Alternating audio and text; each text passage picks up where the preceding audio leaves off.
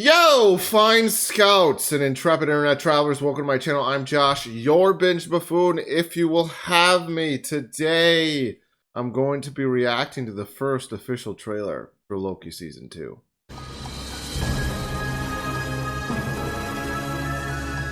I'm going to start by explaining I'm not feeling the greatest today. So if I don't produce the appropriate amount of oohs and ahs, that's why. I don't really do trailer reactions on this channel. I think the only thing I have up right now related to trailers is the official trailer for The Last of Us, or maybe it's the second trailer, a series I was very excited about before it dropped. That said, Loki Season 2 is probably the Marvel Studios project I'm most excited for. The first season, along with WandaVision, really set this, I suppose, ridiculous precedent now, because everything since has sort of felt like a case of diminishing returns in regards to Marvel Studios' small screen ventures on Disney+. I've liked a handful of them, yeah, but I haven't even finished Secret Invasion. That's all I have to say about that right now. And yeah, Phase 4 and 5 has felt relatively aimless at times. I have a feeling, though, that Loki Season 2 will sort of throw a compass into the mix, not unlike the first season did. It is still, now even in retrospect, probably the most profound project to be released as part of the multiverse saga, lore-wise, as it introduced us to He Who Remains and fleshed out a lot of the logic regarding timelines and Nexus events and variants, yada yada yada. But yeah, outside of photos, and we got that tease, that post-credits tease at the end of Ant-Man and the Wasp: Quantumania, we haven't seen much about this season. We know that Loki, Tom Hiddleston, Mobius, Owen Wilson, and Sylvie, what's her name, Sophia De Martino, are all returning. And we might be getting some Jonathan Majors as Kang the Conqueror, or a version of Kang the Conqueror, He Who Remains, that has presumably conquered the TVA, as seen at the end of Loki Season 1. Okay, I'm just gonna get into this. Reaction channel, let's ride the coattails of other people's art. 2 minutes and 25 seconds. Oh boy. So we're gonna get, I feel like we're gonna get to see quite a bit. Ominous music. My boys! My boys! Hello? What? We have a little bit of a situation we wanted to run by you. Mobius! Wow! Great to see you again. That's what's been happening. Short round. Time slipping. What? That's a lot to take in. Just the fact that he's... Oh, I knew he was in the show. Stop. Can you fix that? No. It's impossible to time slip in the TVA. I know, but we just saw it happen. Yeah. Yeah. I already love it. I already love it. What the fuck's time slipping? Pulled through time. Okay. That's the The answer. past and the present. Hello? If what I saw is true, there's nothing to stand between this world and utter destruction.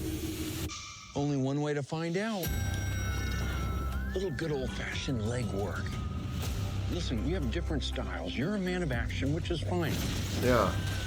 I take a Is it more the same slow, Mobius, deliberate, though? cerebral approach. Key lime pie. It's really goodbye.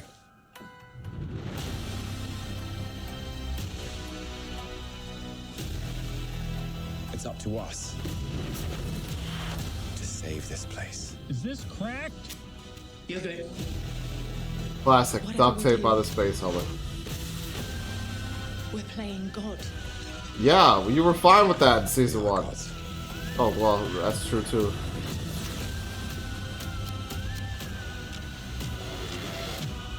But how do you choose Wait, so... who lives and who dies? Make the hard choice. Oh, because she's looking for him. I assume Nathaniel Richards. That's what she left at the... Miss me. Come on, you're the God of Mischief.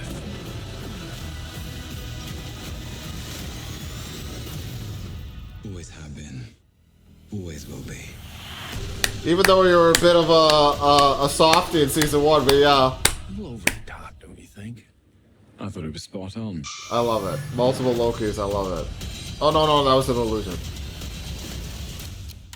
Could be multiple Lokis though. Yes, fuck yeah. That was really good. That like has me excited. That looked great. You know, I'm gonna assume I don't know what they called it in Into the Spider-Verse. I still haven't seen Across the Spider-Verse. Some things have been spoiled for me.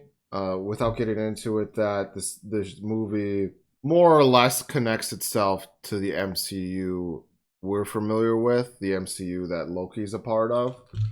And now we have Deadpool, rumored to include Miss Minutes, the TVA, variants of Wolverine and Deadpool, among other characters. The point of me mentioning this was to say that the time slip that Loki's experiencing, I think, is probably, what did they call it in Into the Spider-Verse? Just a glitch or something that Fat Spider-Man, Fat Peter Parker was experiencing? The pizza eating one? He's not fat. That's insensitive to people who have dad bods like him. What the fuck's that guy's name from New Girl? Forget now. Oh, Jake Johnson, yeah. Him and the other Spider-Man variants. Peter Parker, Nicolas Cage's depressed one, Nor Spider-Man, etc., etc.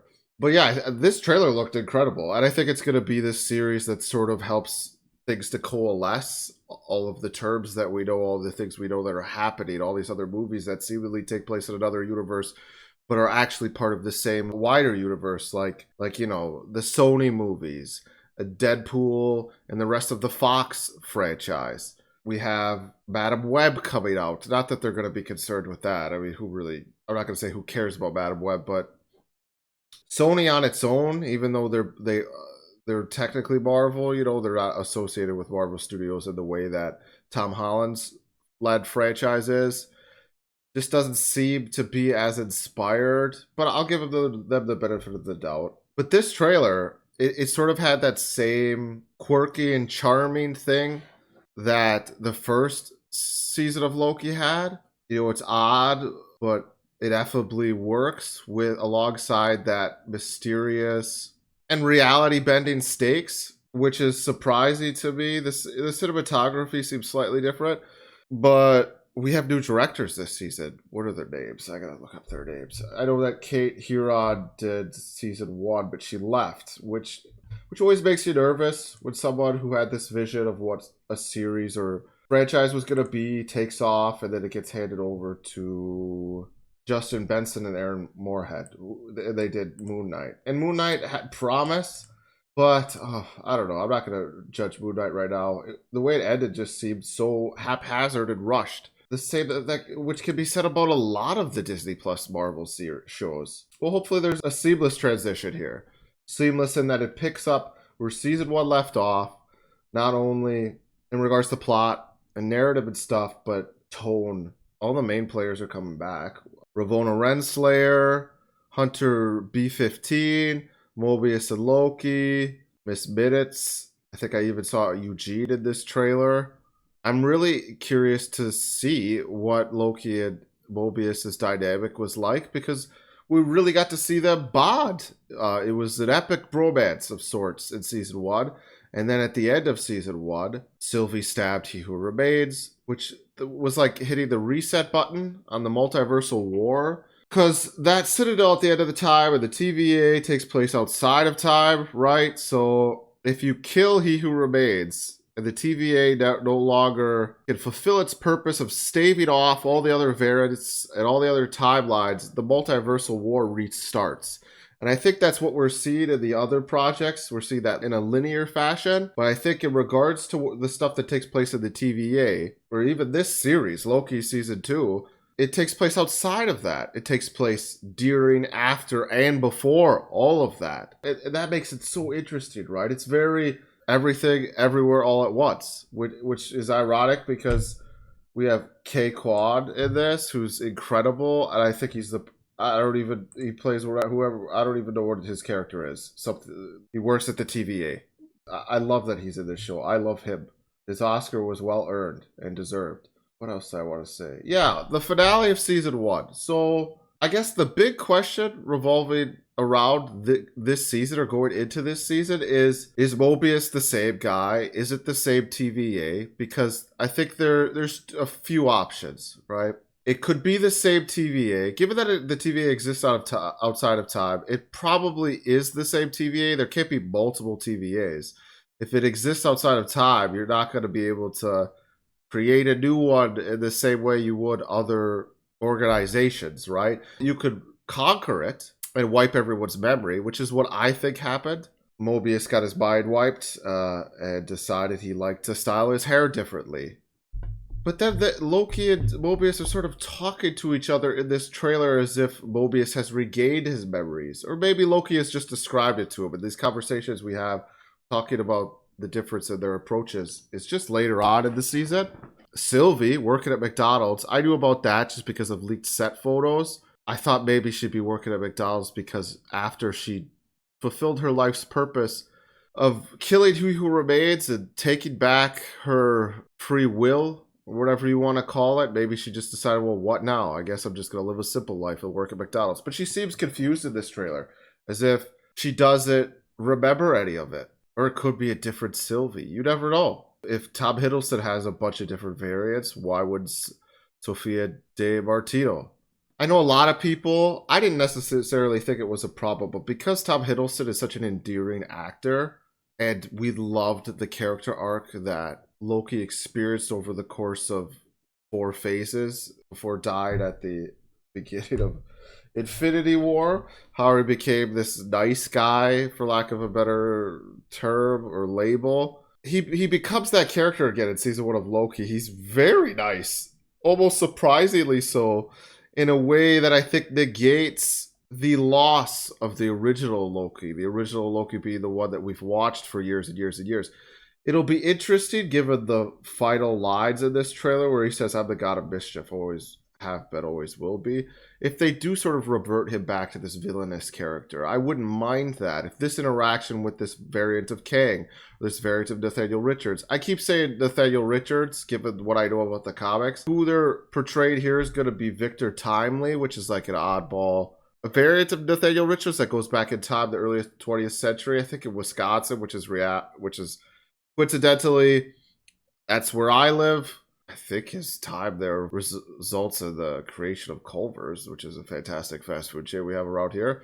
Maybe that has something to do with the McDonald's in this show. They're just swapping that because for whatever reason Culver's wasn't allowed in the series. But yeah, he becomes an inventor of sorts. I think he founds a town called Timely. At the end of season 1, Ravonna Renslayer is sent back in time to find him, I'm assuming. She's there. One has to assume that Victor Timely is going to become the Kang who conquers the TVA.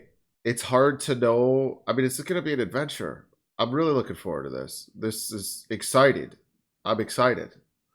Well, I've had so much to say. This is one of those trailers that, yeah, I think this will get the MCU back on track in a way. Who's wrote this? Eric Martin and Michael Waldron from Rick and Morty fame did season 1, and he also wrote Multiverse of Madness, Doctor Strange: The Multiverse of Madness. No jet ski, but I think that'll happen.